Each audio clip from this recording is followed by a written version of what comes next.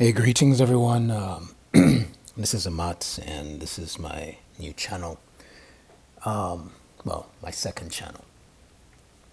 Probably almost 10 months ago, I sought to launch this YouTube page as a way to deal with specific issues that impact us as a people, but are separate from scriptural truths. However, so many things have been happening that I'd say had happened around me, not just personally, but other things that had prevented me from being able to really focus. But I've decided I needed to put the pedal to the metal, as they say, and wheel and come again, as we say in Jamaica. So here I am.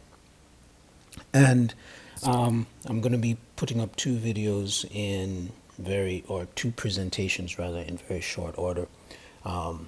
This one is going to be titled "Slavery Still Continues in Jamaica," and this is part one of what will probably be three parts. So I wanted to, excuse me. I wanted to just expand a little bit as to why this presentation is important, because as we live day to day, sometimes our people are unable to see the way in which we are still captivated by those that brought slavery upon our people, and also how our minds, our behaviors, our perceptions, everything about us are not as it should be, therefore keeping us in a state of constant, I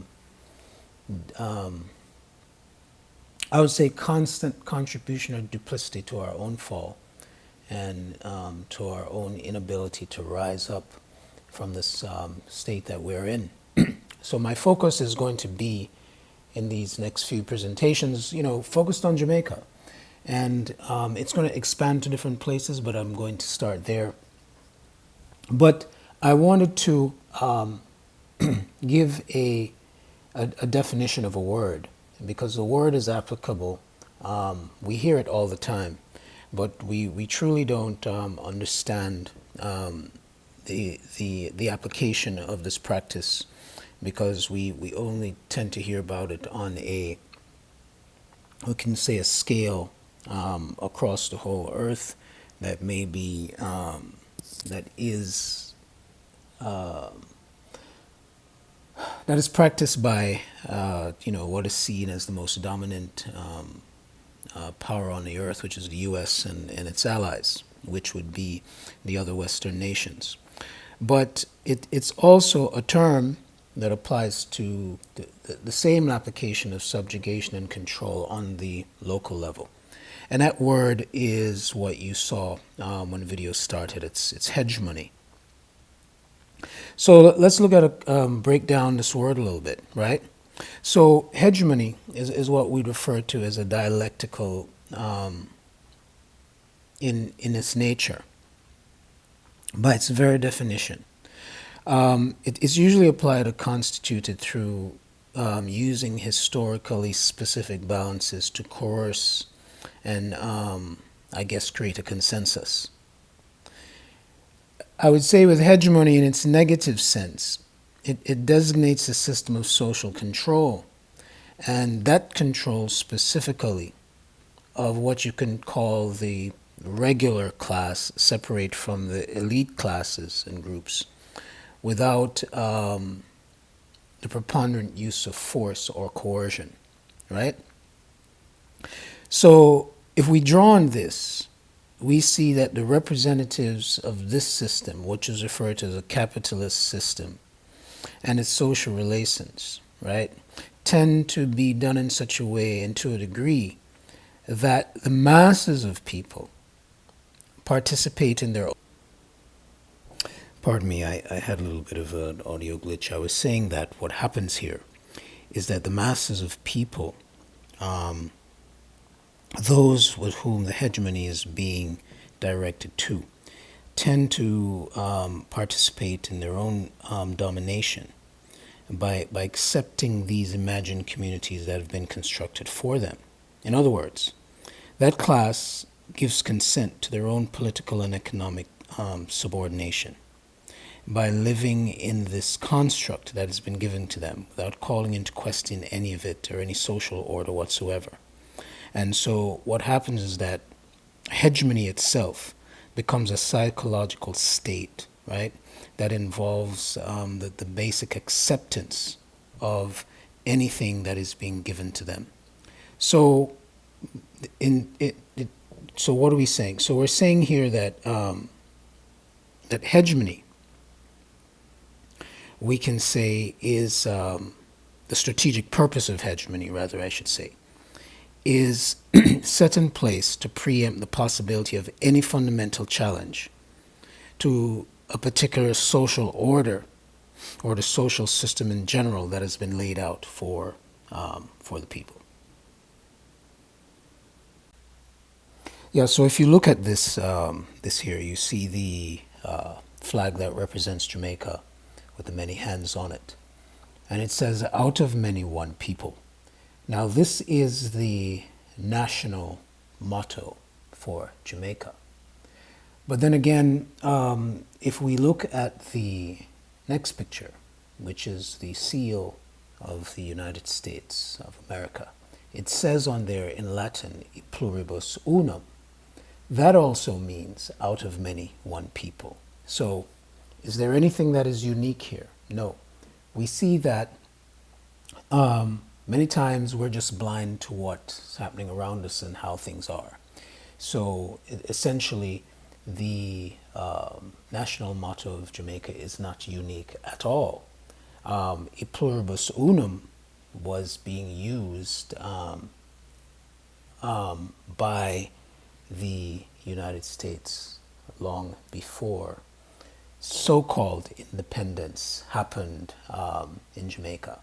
So we see here that hegemony takes on many different, I'd say, many different facets of visualization, of psychological manipulation, and of control.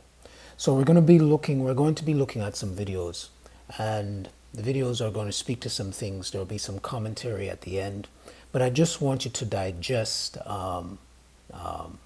the things that are being shown, and maybe there may be some commentary over each video at very crucial points of things that I want everyone to pay attention to. So let's move forward and look at what these videos are going to say to us.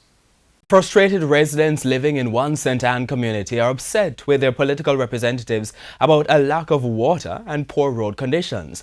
On Monday, the residents blocked sections of the Higgintown Main Road, demanding that their issues be addressed. However, the Member of Parliament, Lisa Hanna, says a project to use a well to supply water to the residents in the area has been put on hold, and that has contributed to the problem. TVJ's Shamela Mitchell-Pullin reports.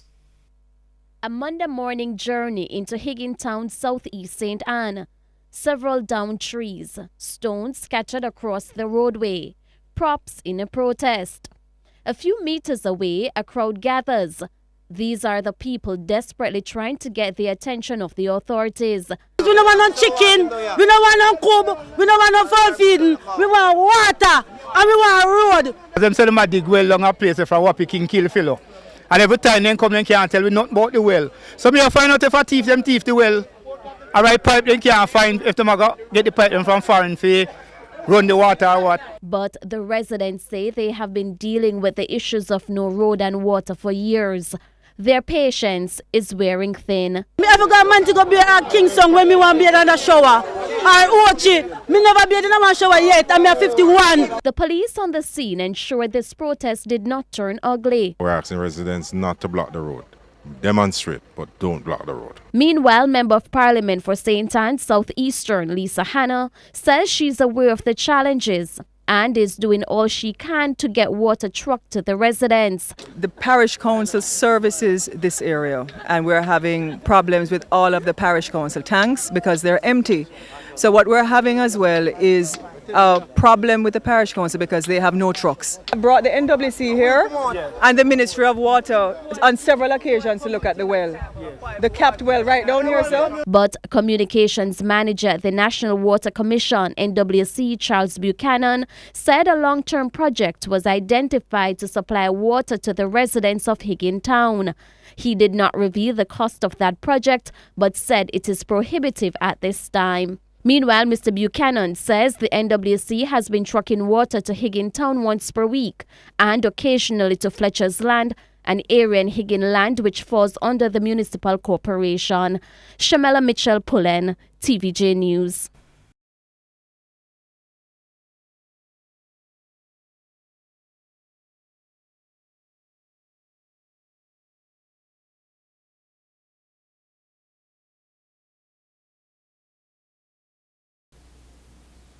All right, I wanted to jump back in here for a moment just to highlight a couple of things. So one of the most notorious and poorest political garrisons in Jamaica is called Tivoli Gardens. It's located in Kingston, Jamaica. Now, before we look at the next videos, I'm going to just highlight something. There are three prominent prime ministers that were the MPs for Tivoli Gardens. We go back to Edward Seaga, who was Prime Minister of Jamaica from 1980 until 1989. We then have Bruce Golding, who was the Prime Minister of Jamaica from 2007 until 2011. Then we have Andrew Honus, who became Prime Minister in 2016 until present. These three men represented Tivoli Gardens. The next video will highlight to you the state of Tivoli Gardens, how it has remained the same, unchanged in its poverty, in its circumstance, until this day.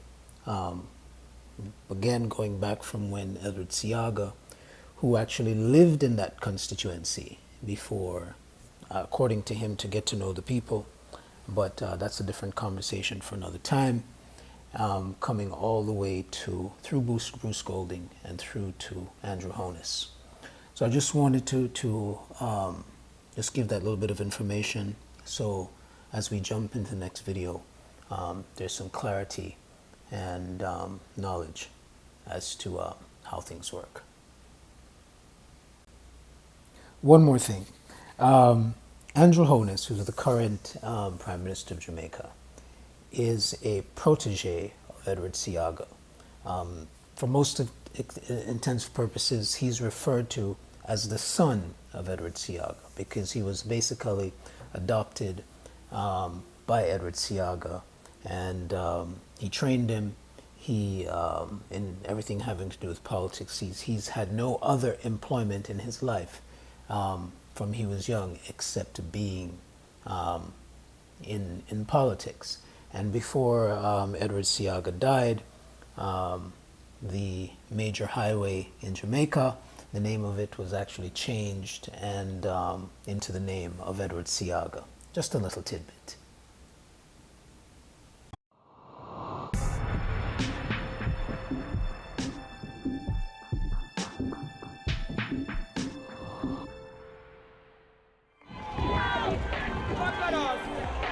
An entire nation brought to a standstill.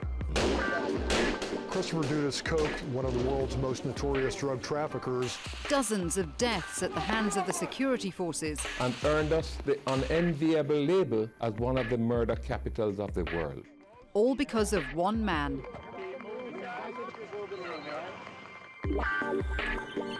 Christopher Koch was born in the Tivoli Gardens area of Jamaica's capital, Kingston, in 1969. He was a little boy.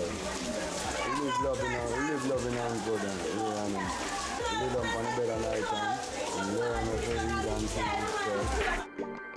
For Jamaica, the late 60s and early 70s was a period of optimism following independence from Britain, achieved in 1962.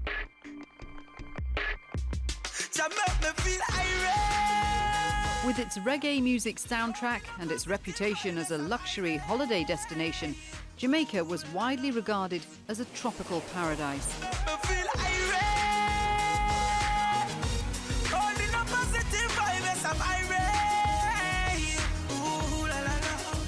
But for the residents of Kingston's slums, the truth was far less romantic. Grew a White House and him grew a Tivoli. You see me I say about our father, him set the foundation, that's cause him born, him go through it, him suffer, him feel it, and him decide to, yo, him now make it. We go through that, you understand? Tivoli Gardens was one of several so-called garrison communities whose residents formed voting blocks in return for patronage from the two main political parties. This reciprocal relationship would come to define Jamaica's political scene, and by the mid-70s, deadly political rivalry was endemic. Michael Manley tried to change the system to communists, and Siaga came and got guns sponsored by the CIA. Michael Manley issued guns up there, that is jungle, and Siaga issued guns down there, that is Tivoli. Hundreds of people were murdered in the run-up to the 1976 general elections. Some win, some lose, but nobody dies. What the hell gives those people the right to think that they can treat your life like a joke so long as they get power? I said, let us put an end to it once and for all in this country. And when they were over, the guns stayed on the streets as rival gangs fought for economic rather than political supremacy. And for Kingston's garrison communities, the economy was increasingly dominated by drugs. In this environment, the most ruthless would prevail. Coke is one of the many types of young men who you find in all inner city communities who take a leadership position of a lot of boys, young boys who have nothing to do and nowhere going because their schooling has been inadequate and they have no career prospects at all. Hence they turn to crime. But Christopher Coke was no ordinary street criminal. His father, Lester, known as Jim Brown, was the chief enforcer for a feared drug syndicate. And despite his humble beginnings, Lester Coke's increasing wealth allowed him to provide the very best for his children. Was pretty well schooled. He went through one of the better secondary schools. His father was a far more notorious figure than he was, but the father really wasn't active in Jamaica throughout the 80s. While Christopher Coke was at school rubbing shoulders with sons of the country's political elite, his father's gang was expanding its drugs empire into North America and Europe, using methods considered extreme, even within a trade defined by excessive violence.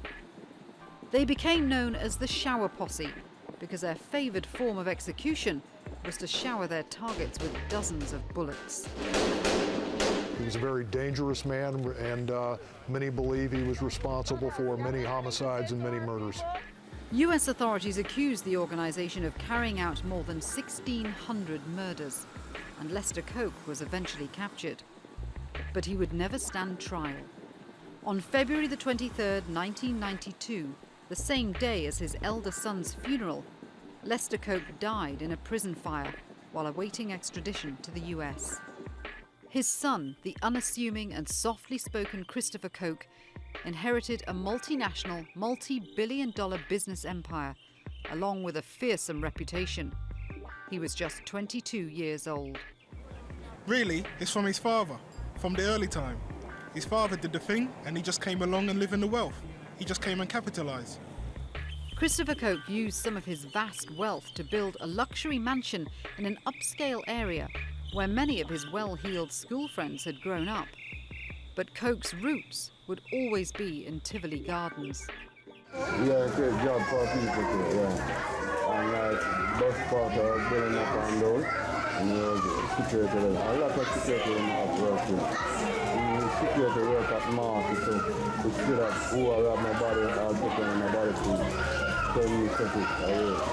Set all the work to try and build up a little center, a little training center, you know, to try to build. And in so doing, he gained the unswerving loyalty of Tivoli's residents and many more besides. I know about the money, but I know about the love we have for people. I know about the love. He's a family man, him keep things to the youth them. You know, a jamboree, him keep things to the youth them like sports. If you want to send them to school and you don't have the money, him give you clothes, him give you shoes, him give you the things. Him just try to think about the youth them. So you know what I'm saying? As long as you deal with the youth. He was able to keep the community crime-free, totally crime-free. This is one community you could go to bed without locking your door. Because you know what would happen to you if you ever got yourself mixed up. The community was considered so safe that tourists would leave expensive all-inclusive hotels on the north coast to flock to Tivoli's free weekly passa street parties, which continued without incident for 7 years. What he likes to do, he likes peace and he likes to share. And if those two things can come together, we have a nice community. If he puts on a stage show, whatever he makes, he distributes. No government is a star and celebrity. We are youth to try. We are always a try. We are law-abiding citizens. Parties were organised by Coke's presidential clique management business.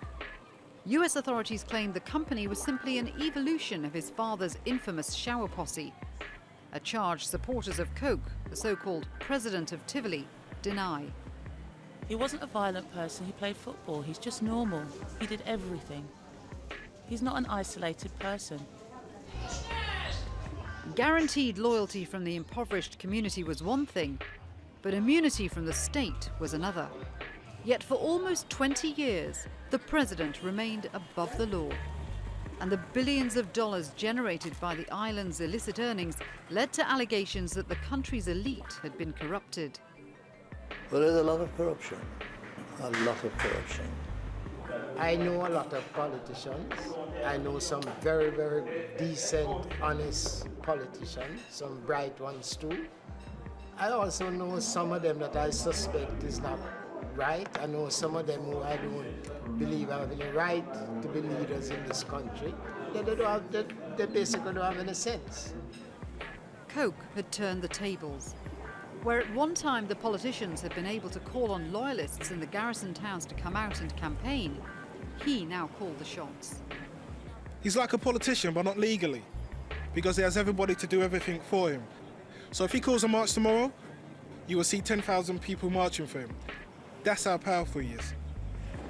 But US authorities were not prepared to turn a blind eye. They obtained wiretap intelligence, which it's claimed proved Christopher Coke is one of the world's most dangerous drug lords. An extradition order was issued in August 2009, with the listing of Christopher Coke's 7 aliases further inflating his folk hero status. But the indictment remained unsigned in Jamaica, with Prime Minister Bruce Golding openly protesting that the evidence had been obtained illegally, and astonishingly, even hiring an American law firm to lobby the Obama administration on Mr. Coke's behalf. You have never had a situation, certainly in the last administration, where any official of state interfered with the due processes of law to protect any criminal organization. But Golding's loyalty to Coke was becoming increasingly indefensible. And on May the 18th, 2010, the Prime Minister, facing mounting corruption claims, finally agreed to sign America's extradition request. But if anyone thought Coke would come quietly, they were mistaken.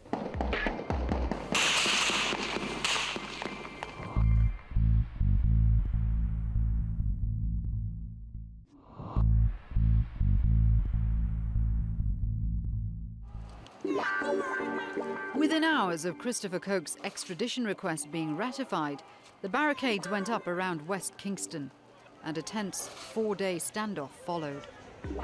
15 police stations were bombed and shot up. There is no doubt either that there were booby-trapped barricades which had IEDs improvised explosive devices intended to kill security forces and who were trying to go in simply to serve a warrant on one person. There is no doubt either that policemen and soldiers were killed prior to the run-up. But many eyewitnesses maintain that the police response was disproportionate. No gunshot was firing. We just barricade the place and they get panic.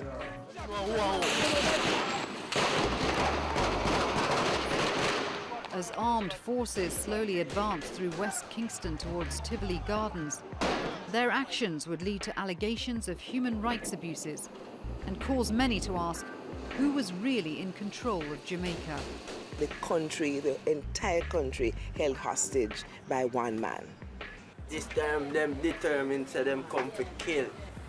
Months of planning had gone into Labour Day, a celebration of the workers' rebellion that led to independence from Britain. But instead of an uplifting atmosphere, there was anarchy. Prime Minister Bruce Golding declared a state of emergency and people were warned to stay inside. And earned us the unenviable label as one of the murder capitals of the world. The whole of us sit right here and we hear excitement outside and we went out the street to go look until we reach on this guinea tree here. We see the helicopter going straight and you just see it turn on the side and they pan do that the whole of we here, so we don't know how we're reaching, but by the help of God the whole of we reaching there. For the next 5 days, locals would be trapped in their own homes as the full might of Jamaica's defence force was unleashed upon a terrified community. And just a spin and a fire, so just a spin and a fire, so yes. And the tree, and then took out the youth with him baby mother and him baby. And stand him up, make him stand up and mash up him 2 foot then, mash it up. And take him brother, take down the curtain and wrap up him body into it and stuff him in the old bathroom. Make him bleed out to death. And him body spoiled there, the stay and the key. So them deal with it like we are cannibal or we are animal. Cause in fear our husband die right up there. 4 we was coming down. And fear our husband and the next one will die. Reach at the corner and said, where them there? And as him say where them there, he directly see when the marrow jump out of him head. And the shot will catch him, catch the next guy. And then beat up shot off of me and my cousin. Onlookers insist that troops were operating a shoot-to-kill policy, targeting anyone unfortunate enough to be on the streets, even those with nowhere else to go. They told me to kill all of them. You see, the people that know that's why I like this way that them see them kill me. God them coming mad. Shoot anyone them see and lie. A youth have a little tattoo on your shoulder there with President Click. Tattoo and then cut it out in the Baton Rouge Regent Street, cut it out and mash up in face, mash it up. Some residents sought refuge in Coronation Market, but it too became a target as armed forces destroyed the area's economic lifeline. No farina the market and we just hear the soldier them come from the way about 100 or 200 of them pure firing inside to come in. And them fireworks are shot. And you see them look like them are killing everybody. Me run and meet the star, yeah. See for the 2 in there, and this alone back. Drop through and meet us. Push! Out of the plane, the white plane they fly. As government forces closed in on Tivoli, it's claimed they were met by organised gangs, equipped and prepared for war. So this was one of the main features. So them can look and monitor everything. This is them picture where them see. So when them fire, on to this tree, them just come here, straight through the wall, so them back in the place. Days later, once the sequence of events became clearer, it emerged that over 70 civilians had been killed in response to the death of 3 members of the armed forces. Tivoli residents were ordered to leave their homes as soldiers conducted house-to-house searches. And they said we must come on, before we throw a grenade in there. Come on, before we throw a grenade in there. I heard a shot fired from downstairs. And after I found out that the shot was aimed at me, but I was just lucky. All residents were treated as a potential threat, and it's alleged, in some cases, summarily executed. Them come on the building, them take me out of the house, them send me out in the opening, feed them friend their fire shot, the rest of soldier them. And them now contact them and make them know. You see them send me out and opening and tell me lie down on my face and them friend a fire shot. That's not right, don't it? Which a police boy upon me and said, in the night, nobody from Tivoli Garden. He want to kill the whole of it. And then we go boop, boop, boop, boop, boop, boop, boop, boop. And it was spear gunshots. Them carry them in here. I just feel like them carry them in here. They carried them in here and killed them? Yes. But still, the target of the authorities' onslaught remained at large. Rumours circulated that Christopher Coke had escaped the island, aided by some of his thousands of loyal supporters. Meanwhile, the outcry over the security forces' actions intensified. No, as far as they're concerned, these people are criminals before they're tried. They're found down there in a community which has been demeaned and demonized. After 8 days, the shooting finally subsided, and Tivoli residents attempted to pick up the pieces, despite a sense that things had irrevocably changed. Tivoli Garden is where I'm from. Yes, I'm born. You understand? I was born in Tivoli and my house down there right now burned down. You understand? My uncle got out. Thank God him safe, you know? But all the memories in the house burned and gone. Pictures, grandmother pictures, in the bed where me and my mother used to sleep on. The official death toll was placed at 73, but it's widely suggested that the true figure is at least twice as high. The security forces went in there and slaughtered over 100 people. So I wrap it up at about 140. And as these images demonstrate, little care seems to have been taken to preserve the rights of the victims, even in death. And more than 4 weeks after the assault ended, the bodies of the dead had still not been returned to their families for burial. It was deliberate to hide bodies that make up the numbers. An official investigation was ordered into the events surrounding the so-called massacre of Tivoli Gardens. A number of allegations have been made. We are investigating all of them, and we're making ourselves available to whoever wishes to furnish us with information or to have us investigate their allegations or make other types of reports. But regardless of the findings, the episode has exposed a prejudice within Jamaican society that many believe has festered for generations. I don't feel comfortable as a so-called middle-class person knowing that there are people downtown who go into bed without a meal, who living in substandard conditions. Yet despite the dozens of casualties, sympathy is scarce in some areas. Something must have gone wrong when the people from Tivoli or from any other garrison community, so to speak, when they decide that they are going to provide their own security outside of the official security forces, it must be going wrong. They are not to have been allowed to develop and establish their own security to protect themselves within a state. Why should I be sorry for them? Those people in there. They can boast that they don't have to lock up the windows or lock up the doors when they go out because everybody's safe inside. And yet we have to live on a burglar bars and security systems and whatever. What the uptown people say, it's a small price to pay. You kill over 100 people. Poor black people, it's a small price to pay. That's what they say. Some won't be as explicit, but that's what they mean. That doesn't fit with me at all. Does not fit with me. Martial law remained in force in the weeks following the unrest, even as an uneasy calm returned. And as the authorities rounded up Christopher Coke's family members and business associates, they continued to assert their belief that their primary target remained on the island, and they would be proven right. Coke is being held now in a secure facility, and the security forces are taking every step possible to assure his safety and well-being while he's in our custody. Christopher Coke was on his way to turn himself in at the US Embassy when he was stopped at a checkpoint just outside Kingston.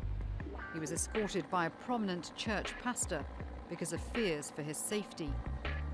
The American want him alive. Jamaican government want him dead because they have things that they want to cover up. And as Coke left Jamaica for what may be the last time, fears were raised that Kingston's garrisons could be about to witness a fresh wave of instability. Yeah, I'm scared. Sure, I'm scared. Why many people war and fight about the place. All around I tell people, you know, so when my brother Eden gone, I don't know that I don't have nobody to come make complaints to. And them know. Nature and humans abhor a vacuum, and there will be, I am sure, a replacement for him. After a lifetime spent avoiding publicity, Christopher Coke was suddenly thrust into the spotlight. And with his arrest, Jamaica's entire system of governance has been placed under scrutiny.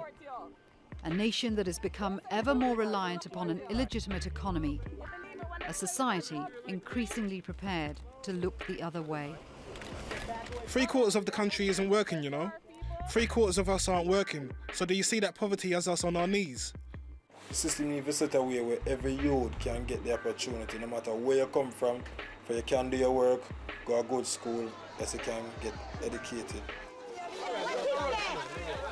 I believe that so many people are angry that it's going to be a turning point. Are we going to be projected as narco-terrorists, or are we going to be able to say, yes, we have gone through 5 decades of politics of very dubious value, and we're going to try in 10 years' time to clean up, to maybe try to produce some of the younger generation